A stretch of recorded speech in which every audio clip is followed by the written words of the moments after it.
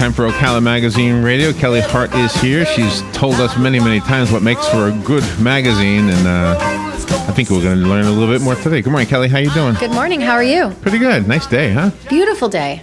And it's National Donut Day. National Donut So Day, happy yes. National It certainly Donut is, Day. yes. Yeah.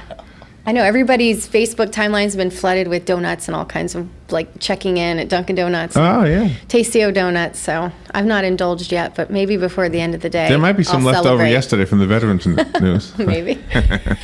So this morning I have Keith Chartrand with me. Keith has been with us before as a guest. He is one of our phenomenal writers at Ocala Magazine. And today the new June issue starts getting distributed, and Keith has contributed to the June issue by writing a phenomenal spread on our Sheriff Chris Blair.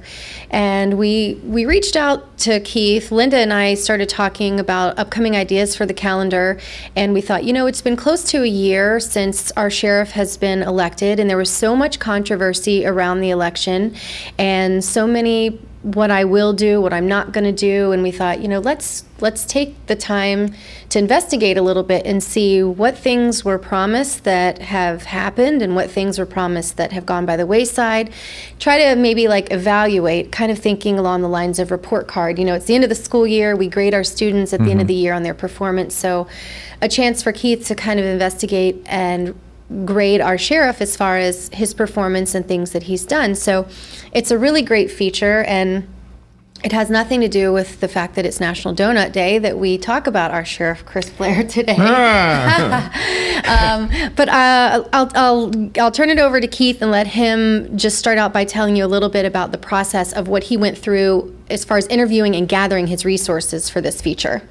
So most of what people think about, and Kelly brought it to my attention, is that when people are out on the campaign trail, voters, they want to hear things. They want to hear certain snippets about what you're going to do or what can we expect when you're in office.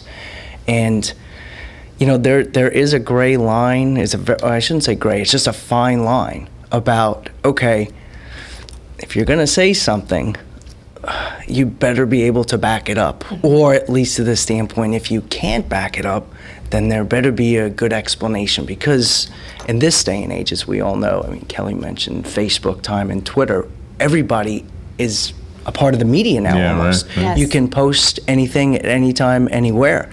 So everything is so scrutinized. And I led the piece off by probably one of the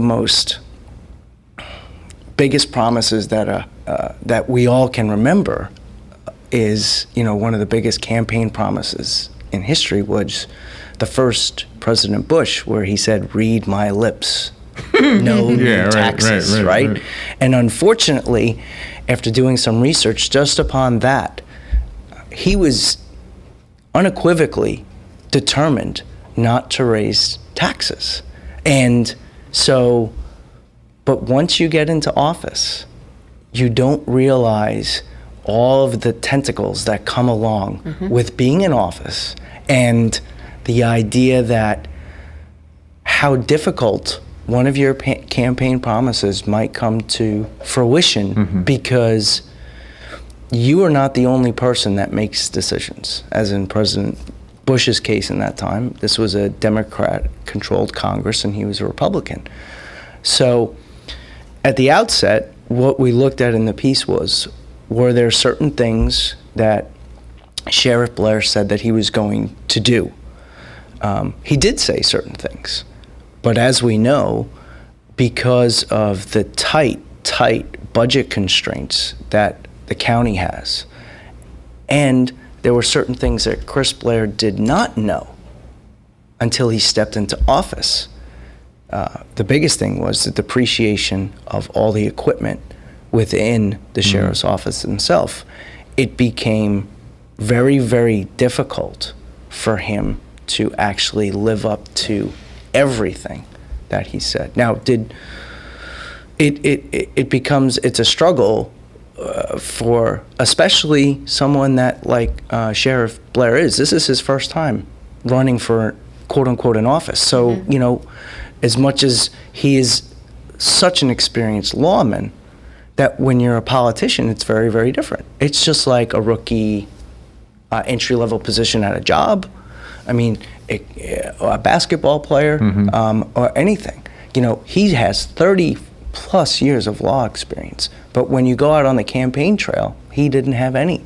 So that's where the piece started, and that's where the idea came from. And you know, you have an idea that you want, like, we want the magazine to be as best as we can. We'd love it to be 200 pages. Well, okay, that's it's not realistic, right? But still, the magazine does the best job that it can, and you know, you have such good intentions, and Sheriff Blair had such good intentions. Okay. Yeah, okay. and it's using that same example. You know, it's like, okay, our goal is we're going to have the magazine at 200 pages consistently every month, and then we realize, wow, we're faced with a bad economy we weren't expecting. We're faced with businesses closing down. These are advertisers, all of these different things, and I think that's what he was faced with. And we wanted to give the sheriff and then those around him an opportunity to speak on his behalf and on the behalf of what was promised during the campaign, because a lot of times we get so wrapped up in the campaign itself, and we share things, we voice our opinion, we have our thoughts, and we hear certain things, and it's so easy because of social media to just kind of pull out certain things and to really focus on those things, and then it gets shared like wildfire, and people really start to focus on that without knowing the behind the scenes of what goes on there. And so we thought, you know, this is an opportunity for us to kind of unfold everything and lay it out. And we had no idea when we started to do it how it would play out. I mean, it could really favor our sheriff, it could put him in a bad light, but we knew regardless, we're going to write based on facts and what has Without happened. any partisan leaning. Exactly. Yeah, yeah. That was the biggest thing, exactly. Was that hard for you to do that? No, it wasn't. I didn't want to do that, and it wasn't hard at all. This is, look, straight by the books, and it's not any sort of, okay, you said you were going to do this, okay, did you do it? It's a yes or no, and obviously people could interpret the answer differently, somewhat, but people would say, well, you know, well, he said he was going to do this, And and was he on the defensive at all? Yes, I will say this, he was. And on one particular issue, we actually were lucky enough to sit in his office with his public information officer for 40 minutes. Sit down there, and he was gracious enough to open his office to do this. Because this wouldn't have happened without him participating. Because we would never, right. I mean, we could have written it and said we reached out to Chris Blair and he had no comment, which always speaks volumes. I don't think it ever behooves someone to say no comment, because I think saying no comment says a lot. Yes, I think you're right. It says a lot. And so it was very nice that we were able to do this with his participation, because we did not want this to come out and it look as though, well, Ocala Magazine has made all these lists, they've said these things, and this person quoted and this person commented, but where is Sheriff Blair? So the fact that he participated really gave a lot of authenticity to everything that Keith wrote. And it sounds like the magazine kind of took another step. I don't usually see these kinds of stories in Ocala Magazine. Well, you know, usually we try to... I thought it was a compliment. I meant it as a compliment. Yeah, and we take that as a compliment. And we want Ocala Magazine every month to have a different flavor. Sometimes you're going to get your sugary sweet, elderly person that has 1,000 volunteer hours and it's a feel-good story. But we represent Ocala. And as you know, Ocala is a wonderful community. There's a lot of giving and there's a lot of... joy, happiness, and all of those wonderful things. But then there's a lot of things in there in our community that really need to be put under the microscope. And we felt like this was one of those things because, our tax dollars, go to affording this type of position in our community. We vote on this position in our community. Everyone has their opinion, regardless of what it is. And sometimes these things need to be they need to unfold somehow. And I think Ocala Magazine provides the forum for that because we are a neutral magazine. We're representing the readers. We're not representing our personal thoughts or opinions. We're literally just representing the facts. And I think Keith did a phenomenal job. And Linda agreed herself that it was displayed in a way that did not, there was no bias. It did not lean one way or another. I don't think it put any kind of heat on our sheriff other than just to ask those questions. Do we get to know the man or the sheriff? We get to know the sheriff. And the man itself, we know a little bit. We knew a little bit about him. His law experience is what's so impressive. But the idea again was to learn the challenges that he faced as soon as he stepped into office,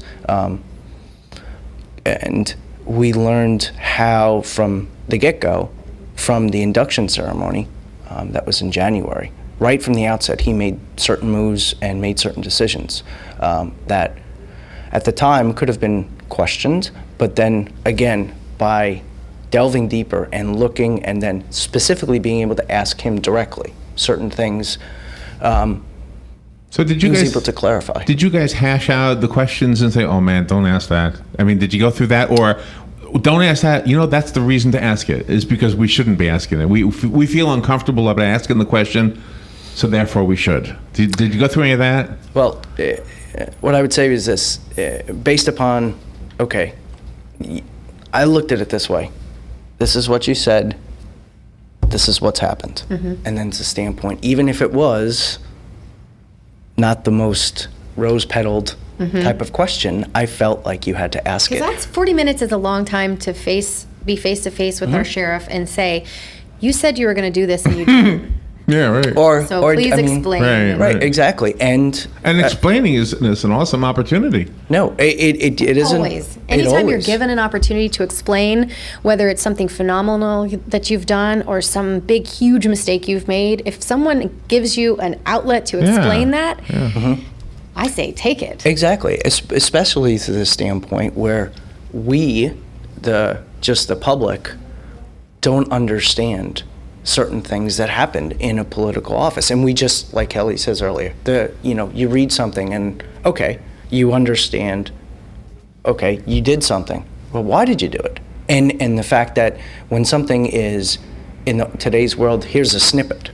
Well, okay, no, we have an avenue here that we will be able to provide something very much in depth. I mean, it was anywhere between 2,200 and 2,700 words. So that's not going to be a snippet type thing that you find on a blog or even in a newspaper.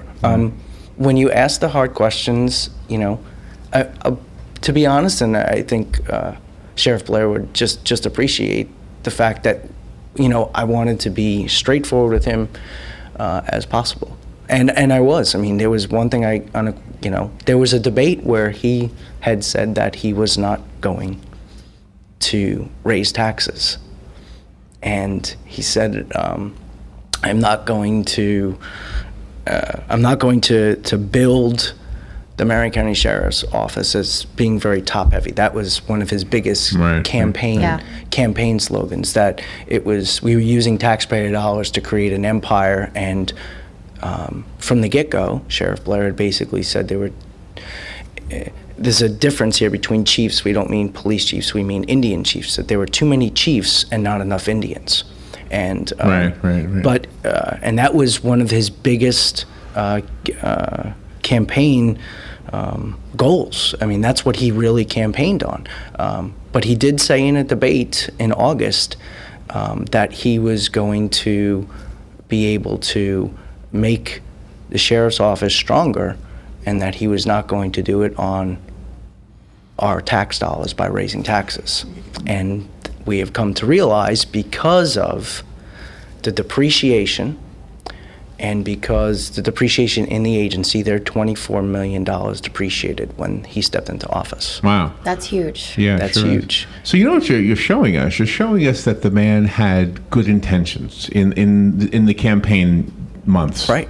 Everything he said, he meant. Of course. But his inexperience at actually holding an office showed him that what he promised may not have been what he could deliver. And I think that's an awesome approach to this kind of a story. Yeah. It might make people like him, and might make people not like him, but at least it explains something. Even if you read the article and you still don't like him, because here's the thing. During the campaign, there was so much scrutiny behind the scandal that everybody talked about with, the things coming out about Dan Kuhn and how did that come about, and was Chris Blair behind this and all these kinds of things. So I think it created a reputation for Sheriff Blair, a personal reputation, because that was prior to his position as sheriff, just a personal reputation, one of being kind of manipulative and dishonest and those types of things. So if you already form that opinion, I think going in, you're looking for reasons to not like him as a sheriff. So if you read this article, I mean, obviously I had my own opinions during the campaign, but I'm also, a smart enough woman to know that aside, personal feelings aside, or how I felt about Chris Blair, the person as the campaign man on the trail, versus what is he doing now as our sheriff, we hope that people will look at it and decipher between the two. So even if you read it and you think, well, I still don't like the way he became sheriff, I don't like the whole political trail and how that went down, the man is up against obstacles that it wouldn't have mattered who was in that seat. Oh, good point. You Yeah. cannot, I mean, there's just no way that you can keep your promises if you're up against a brick wall. And so to unfold that for people and let people know that, these were things that he said he was going to do. His intentions were to do these things, but here's why at this point in time, they've not yet been done and maybe will never be done, because he didn't realize he was coming in to a situation where all of his patrol cars and equipment and things were so depreciated. How would he know these things? So his intentions were there and they were good. Right. How do you shield yourself from the fact that let me just preface this with, you are a fabulous writer. Thank you. And Yes, we and, agree. and it sounds like you've done another fabulous job. and so, but you're still going to have those people out there that Kelly was just implying are out there, and we know they're out there. They call every radio show every day, and they are opinionated, and there's nothing you're going to do to change their mind. And so they're going to now attack the article simply because they don't like the sheriff. How do you protect yourself from feeling that they're somehow crossing that line and picking on you? Because that's inevitable. It happens to us in radio. Sure. I would preface it this way, and I think especially that we're on the radio more than anything else. Everyone has their opinion, and it's never wrong. Your opinion is not wrong. What I tried to do in the article is say, here's a fact, and here's what happened. And to clarify one thing, I don't want to come off as, okay, here are 12 things that Chris Blair promised, and here's 10 of them he did not commit to, or he didn't fulfill. That's not the case at all. Most of the things that Sheriff Blair has promised, he's held that commitment to it. I think when it comes to, in this day and age, especially in Marion County, when you hear the word taxes, biggest red flag goes up, and I think Sheriff Blair said that he was not going to raise taxes in August, and he had to ask to raise taxes because of the depreciation of he needs assistance. He needs money to do what he thinks is his job. He needs to do his job successfully. There are more challenges that you can imagine, and you will find them in the article, the challenges. But again, I'll say this: crime is down since Sheriff Blair has taken over in office. He has instituted units that the previous sheriff, Sheriff Dean, basically said, we don't need these units on the street anymore. And we can see by some of the things that have occurred even in the last couple of days, as far as how active patrols have been to decrease crime and decrease certain, unfortunate situations. There's also a program that he has implemented, and I don't know if it was an old program he's brought back or if this was his concept, but some program that people can attend. Right. It was a Citizens Academy. Yes, a Oh, yeah. Citizens Yeah. Academy. Now, this is Fantastic. Kelly. Right. Kelly had mentioned this too, and this is We've had one listener who went and did this. Really? Yeah, yeah. what. Well, Again, one that I know of, anyway. again, let's just call a spade a spade. I think we both would agree that the Marion County Sheriff's Office, prior to the election, really wasn't viewed as a great governing body based upon what had happened with Coons. So, I think Chris probably realized, having been there but not worked at the time, that probably the sheriff's office needs a public relations freshen up, or right? Definitely. I would think people would. Yes. So, with what Chris had done, he said after a 12-year absence, we're going to start a Citizens Academy. Basically what this does is it teaches residents, whether they're 21 or 81, the inner workings of the office without giving out secrecies and stuff like that. How does the sheriff's office work? Right. What do we do on a daily basis? And he also, if you think about it in that instance, if it's an hour and 15 minutes for, I don't know how long it is, seven weeknights or something of that nature, he also gets to convey to the people that are really interested the challenges that he has. So you're conveying two things. One, you're giving them somewhat of an open look into what we do. Mm-hmm. And how many at any given time are in the academy? It depends on enrollment. I mean, you can have as many as 17 to 35. Okay, perhaps. okay. I just that's a good number. Yeah. Yeah, exactly. But I think in today's society, what we like to see is like the trendy word is, as far as being open, is transparent. Right. Mm-hmm. Right. And I think based upon what had happened, with Coons, is that, wow, boy, this we need to clean this up. Mm-hmm. And that was re-establishing the Citizens Academy was one way to do that. Now, also, Yeah. as soon as he got into office, he actually asked people to come into his office, to come into the whole sheriff's office, and to actually just talk with the people in the office and say, what's your challenge every day? What do you like? What do you dislike? How can we make this better? That was something that he said he was going to do right after he was sworn in, and he did it. But people wouldn't know this. I mean, No. some of these things that Keith uncovered, you would not have known about except for it was uncovered. And the That's sheriff great, gave him yeah. an opportunity to say, I understand I said these things. Here's the reason that some of these things have not happened yet. These are the things I'm up against. But at the same time, here's some things I did as damage control maybe, or to really help improve the Yeah, system yeah. that you wouldn't know about because it's not something that was made public or, articles written about. I know one thing that's truly amazing to me, and it was a concept of Sheriff Blair, and I know the prototype started right here in the Paddock Mall, was these information kiosks. Right. Which in the June issue of Ocala magazine, etc. section, there's a picture of the kiosk and an explanation of how it works, and it's long story short, it was developed by inmates, so no tax dollars went into the prototype, and it's a screen divided into thirds, and 1/3 is our emergency alerts, missing children. It's in real time, so if a child is missing in this mall, it will alert this system. People see the child's face, they see the information, they can be looking for that child immediately. There's 100 of these things this month being strategically placed all over Ocala, Marion County, with a goal of 300 to 500. Oh, really? Oh, wow. And not only that, but the goal is to eventually make this thing statewide. So if, my child is abducted, and 500 of these kiosks in Marion County have her picture all over it, it's also going to pop up in every single county throughout the state. So the chances of finding a missing child, or maybe an elderly person who's missing, is extremely highly more likely because the information is in real time and it's in our face.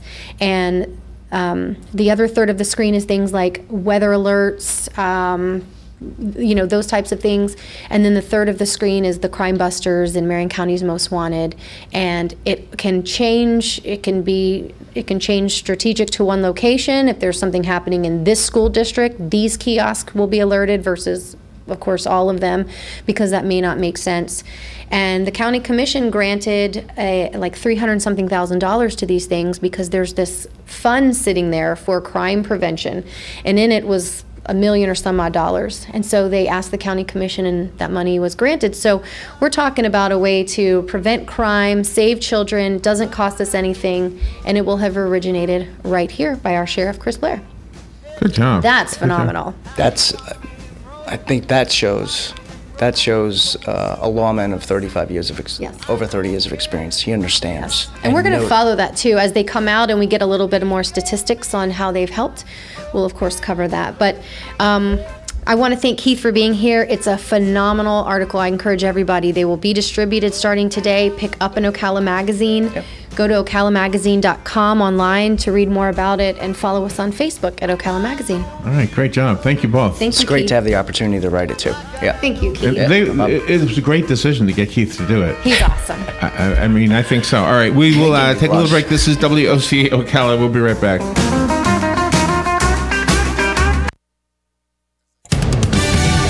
Fox News Radio, I'm Lillian Wu. 217,000 new jobs added last month as our job market reached a significant milestone. The good news here is that we have now recovered all 8.7 million jobs lost.